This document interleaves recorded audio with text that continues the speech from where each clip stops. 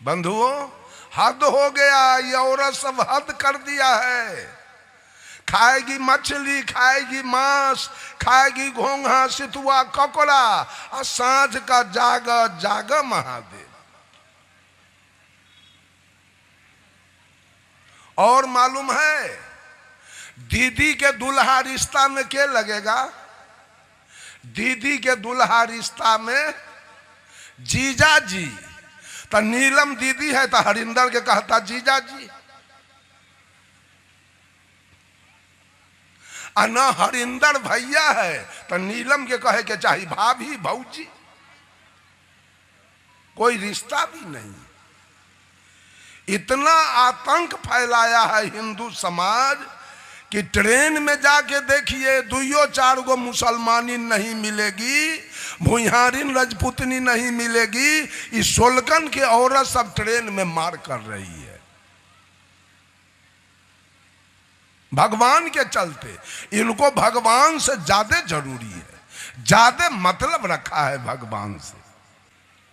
हमारे गुरु जी आचार्य श्री धर्म स्वरूप साहब से किसी ने पूछा, साहब भगवान साकार है कि निराकार है? तो गुरु जी ने जवाब दिया, भगवान न साकार है, भगवान न निराकार है, भगवान बिल्कुल बेकार है। भगवान के नाम पर इतना ठगैती चल रही है, भगवान के नाम पर इतनी दलाली चल रही है। स्वर्ग की चर्चा हो रही है, नरक की चर्चा है, सतलोक की चर्चा है, बैकुंठ की चर्चा है, जन्नत की चर्चा है। सतलोक है क्या? जन्नत है क्या? साहब कबीर ने कहा, नर तू पार उतर कहाँ जई हो, आगे पंथी पंथ न कोई, कूच मकान न पई हो, कहे कबीर सुनो भाई साधो, जहां के पौध तहां ठहरई। जाना भी कहीं नहीं। ये सब झूठ बात है, ये सारा पंडित जी की दलाली है स्वर्ग नरक की। कहीं न स्वर्ग है, कहीं न नरक है। एक बात जरूर है, संत जहां जाते हैं वो जगह स्वर्ग बनता है, अब पापी जहां जाता है वो जगह नरक बन जाता है। लेकिन है कहीं नहीं। तो मैंने कहा मुसलमान सिख ईसाई को छोड़ दीजिए, पहले हिंदू में आइए।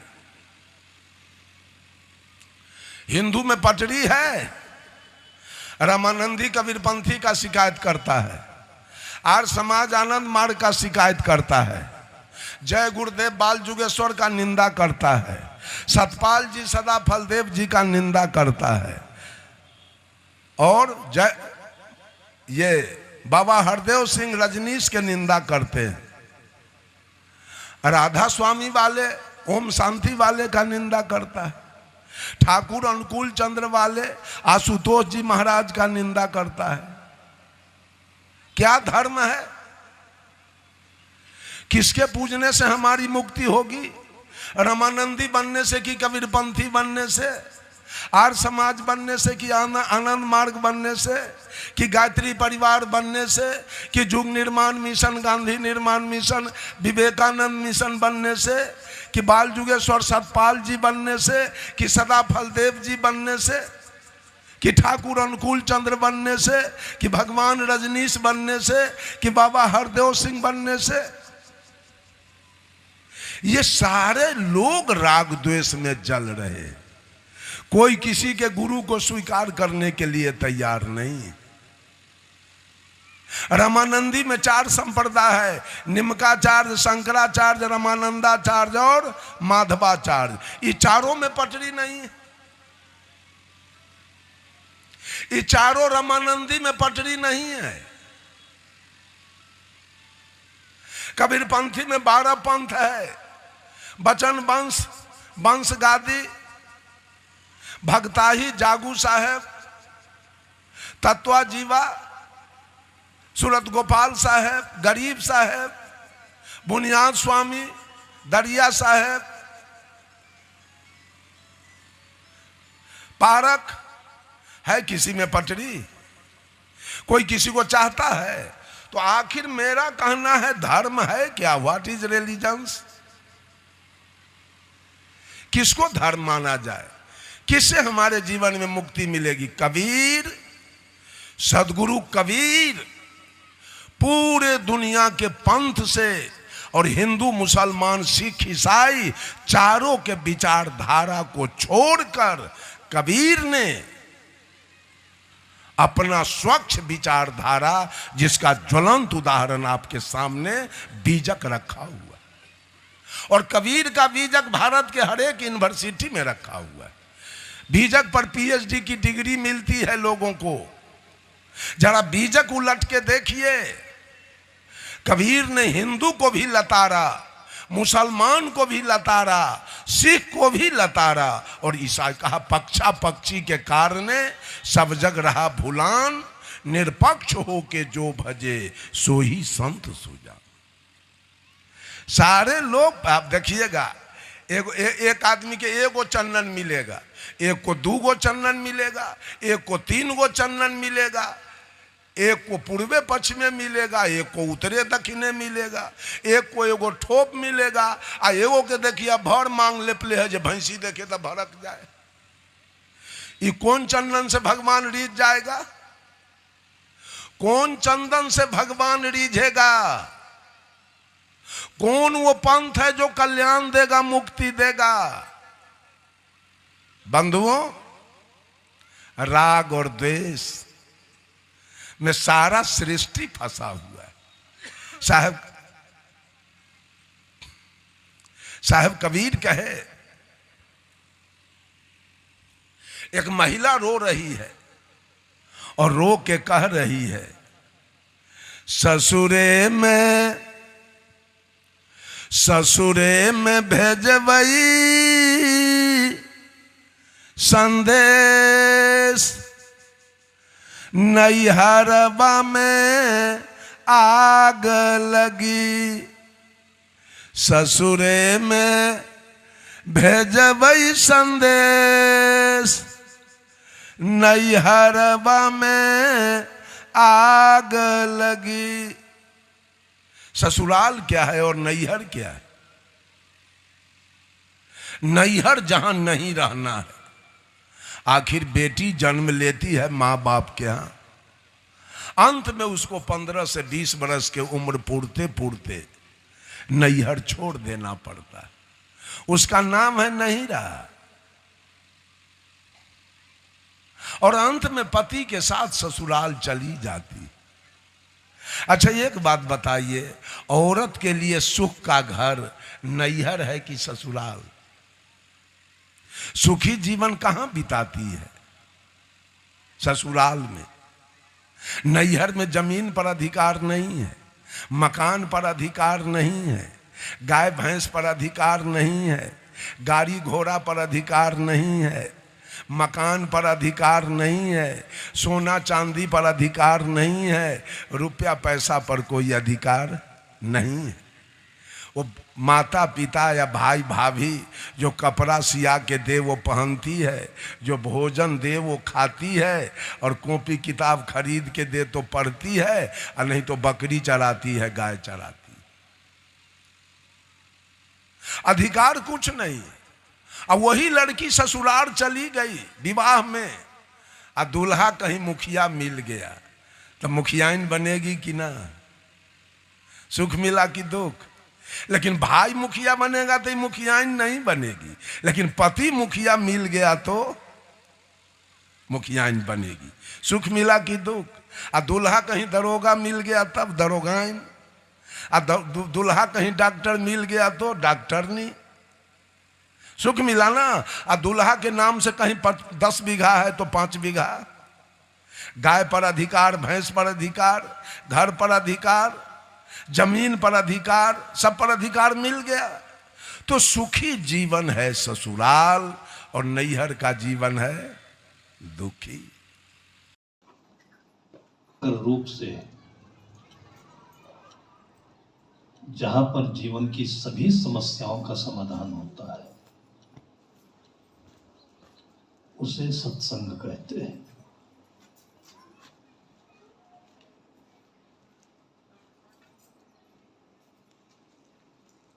दर्शन का, श्रवण का, स्थान का जीवन पर बहुत प्रभाव पड़ता है।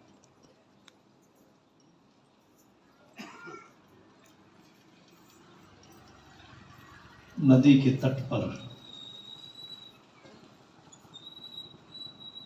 हरे भरे खेतों के मेड़ों पर ऐसी जगहों में कहीं भी जाएं तो मन दूसरा हो जाता है।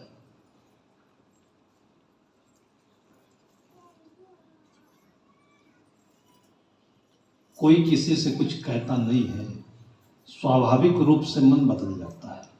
ये सत्संग है। हम लोग अपने जिंदगी में अधिकतर मन और बुद्धि के स्तर पर जीते हैं।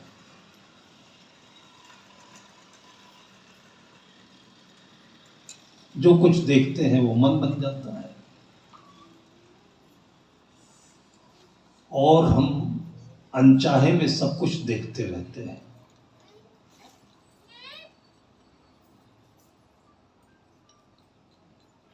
एक छोटा सा बच्चा होता है,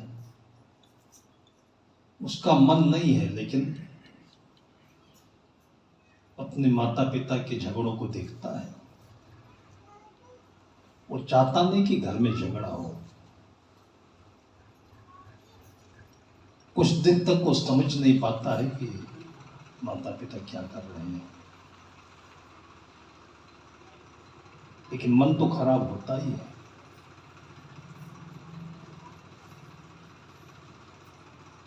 अभी जहां से हम आए हुए हैं, 2 साल का बच्चा होगा,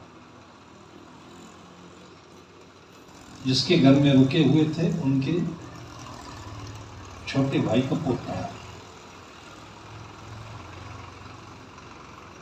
उसके घर में संत आते जाते हैं, लेकिन वहां पर संतों का आसन नहीं था। संतों का आसन सामने वाले घर में था। बार बार हमारे पास आकर अपने मन की भावना प्रकट करता, साहब हमारे घर में आसन नहीं लगाएंगे, आप हमारे घर में नहीं रहेंगे। ये बच्चों की अपनी भावना है, लेकिन इस भावना को सुनने वाला, समझने वाला कम होता है।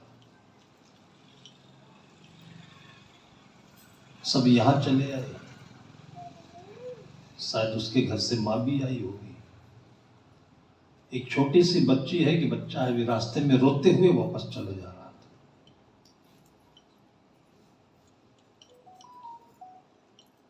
मुझे लगा कि हो सकता है यहीं आने के लिए सोच रहे, वो रास्ता भटक गई, अकेले पा गई अपने को। ऐसे ही कितने घरों में बच्चों को मैं अनाथ देखता हूं। उनको फूल की क्यारियां चाहिए, उनको मां की गोद चाहिए, उनको प्यार चाहिए, अच्छी भाषा चाहिए। ये जिंदगी की खुराक है। वो है नहीं, समाज में कहीं दिखता नहीं है।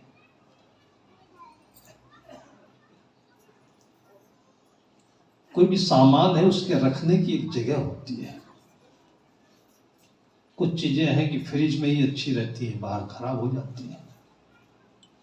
फ्रिज नहीं है तो ठंडी जगह पर धूप में सामान खराब हो जाता है। तो सामान तो घर में लाते हैं, लेकिन रखने की जगह नहीं है। घर घर जैसे दिखता ही नहीं है। घर उसे कहते हैं जो अपनी आत्मा का प्रतिबिंब होता है। घर की परिभाषा है जहां विश्राम मिले, जहां पर द्वैत समाप्त हो जाए, द्वंद्व समाप्त हो जाए, उसे घर कहते हैं। उसी का लक्ष्य रख करके सद्गुरु कबीर साहब ने कहा, काहे कबीर सोई जन मेरा, जो घर की राह निभे।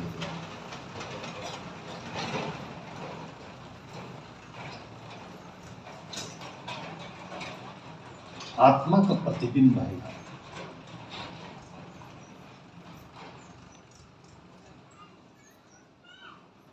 कोई 10 करोड़ की लागत से बना हो उसको घर कहते हैं, और कोई झोपड़ी हो उसको घर नहीं कहते हैं, उसका भी नाम घर ही है। जितना विश्राम उस 10 करोड़ की लागत से घर में मिलता है,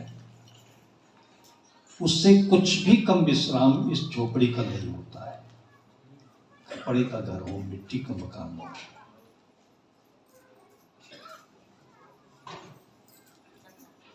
लेकिन मन पर वो 10 करोड़ चढ़ा रहता है, इसलिए 10 करोड़ की महल का जो अनुभव है वो कटु लगता है। घर बन जाने के बाद कितने वर्षों तक मन को काटता रहता है कि मिस्त्री ने ये ठीक से नहीं बनाया, यहां पर टाइल ठीक से नहीं लगा, ये बाथरूम की टोटी ठीक नहीं बनी। ये किसको लगता है? घर मालिक को लगता है। छप्पर वाली घर में ऐसा कुछ नहीं लगता है। अहंकार को अपने एक बड़ा आकार देने का नाम हम लोग घर समझते हैं, इसलिए उच्च होता है।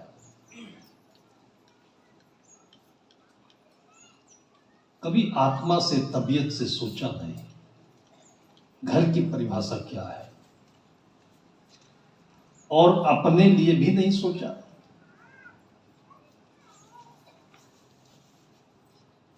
ऐसी बातें कुछ में जो बच्चे मिलते हैं वो सीधे हैं, सरल हैं, निष्कपट हैं। अभी उनके ऊपर गर्दा गुबार कम चढ़ा है, कोई लालच नहीं। उनके हृदय की बातें मैं टटोलता हूं।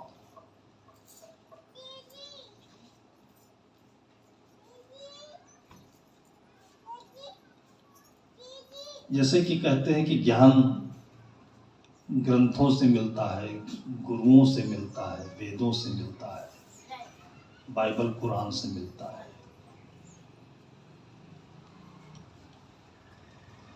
ज्ञान सबके भीतर से होता है,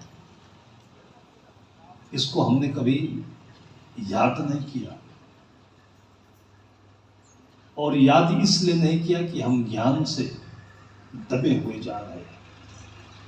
किस ज्ञान से? फालतू के ज्ञान से, जिसका अपने जीवन में कुछ भी मतलब नहीं होता है।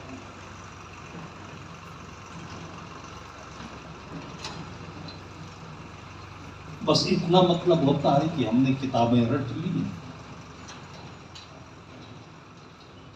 और वही चीज परीक्षा में आएगी, कुछ उसको लिख देंगे, पास हो जाएंगे तो नौकरी मिल जाएगी। एक प्रक्रिया है ये। उसके बाद जिंदगी में उस ज्ञान का कोई मतलब नहीं रहता है। चाहे कोई पटवारी हो, चाहे तहसीलदार हो, चाहे कलेक्टर हो, चाहे डॉक्टर हो, चाहे नेता हो, मंत्री हो, प्रधानमंत्री हो, उसने जो स्कूल में पढ़ा था उसके ज्ञान का कोई अर्थ नहीं है। और जिस ज्ञान का अर्थ होता है, जो कुछ नहीं पढ़ा होता है, उसके अंदर से निकलता है। कबीर जैसे अंतःकरण से। ऋषि मुनि कहीं पढ़े नहीं होते थे, तो उनके अंदर के जो शब्द है उसको लोगों ने सुना तो श्रुति बन गई।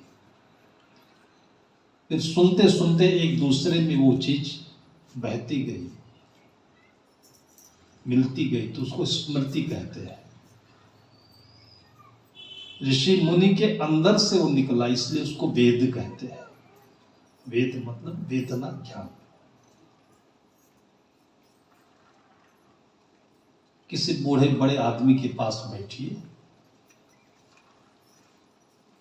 तो बातचीत के दौरान धीरे धीरे धीरे धीरे ज्ञान का वो प्रवाह मिलता है कि लगता है कि हमारी जिंदगी को ये पढ़ रहा है।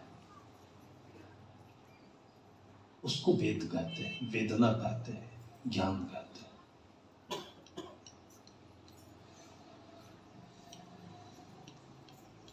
सदगुरु कहते हैं कि बैठत नाई साधु की संगत, नाधे जन्म गयो। जो सरल लोग हैं, जो सामान्य हैं, जो सुलझे हुए हैं, कभी उनके पास बैठे नहीं।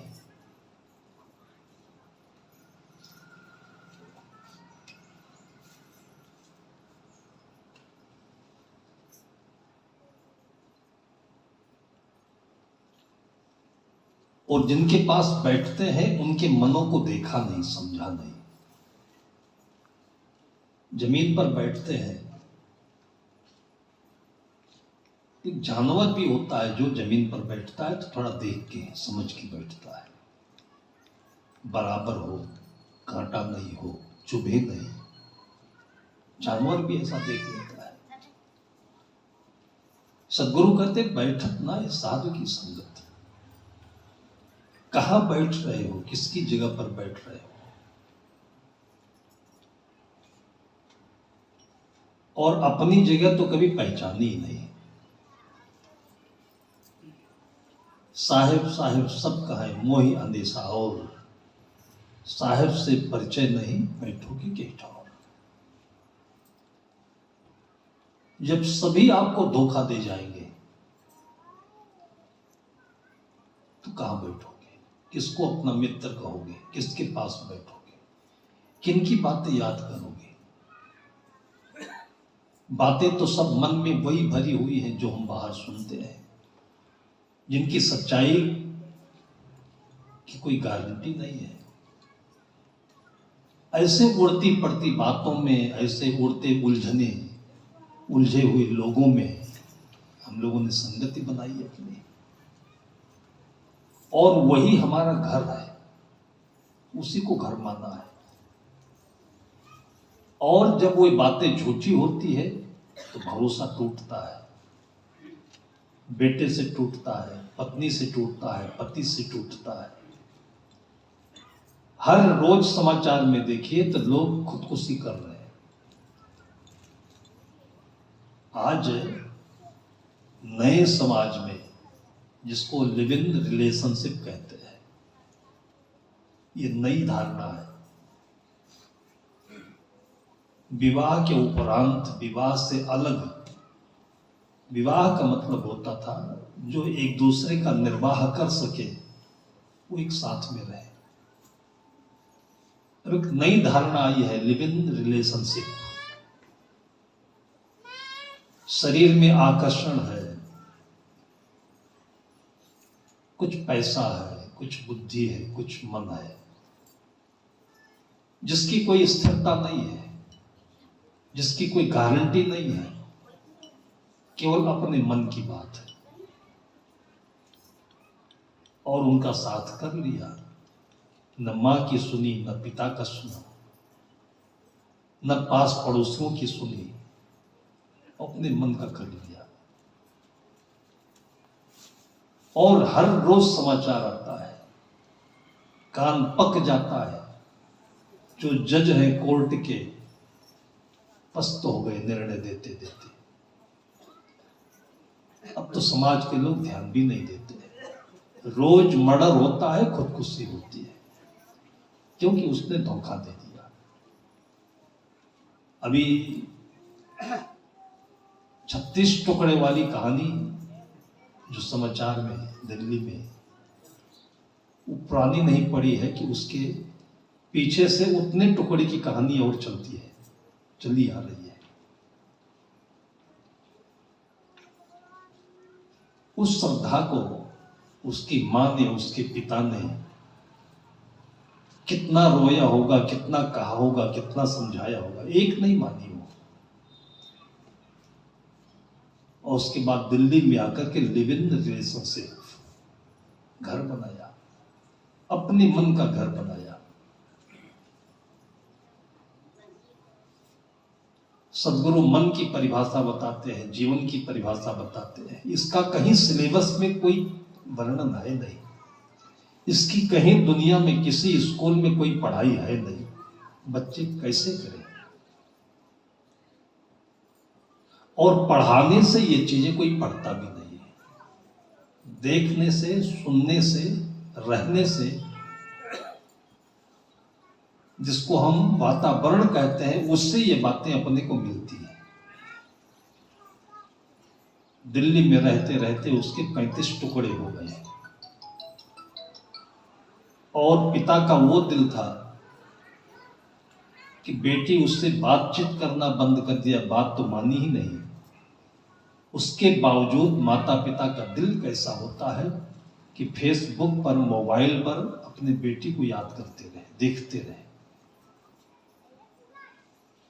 फेसबुक पर, मोबाइल पर वो बातें करते थे, रोज दिखते थे।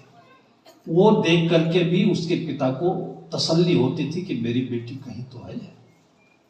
जब फेसबुक पर आना बंद हो गया तब छटपटाहट हुई कि बेटी को हुआ क्या।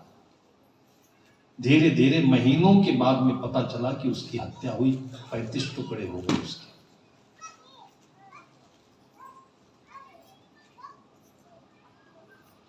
संत सदगुरु समझाते हैं,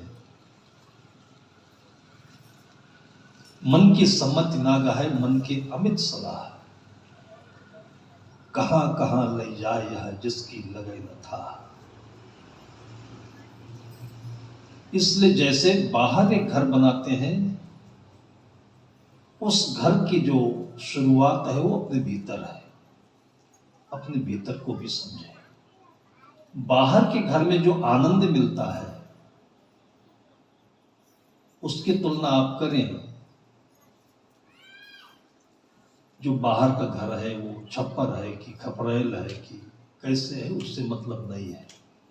लेकिन घर है जहां द्वंद्व मिट जाता है, उसकी जगह पर आपको अच्छे खाने की व्यवस्था हो, रहने की व्यवस्था हो, जिसको 5 स्टार कहते हैं,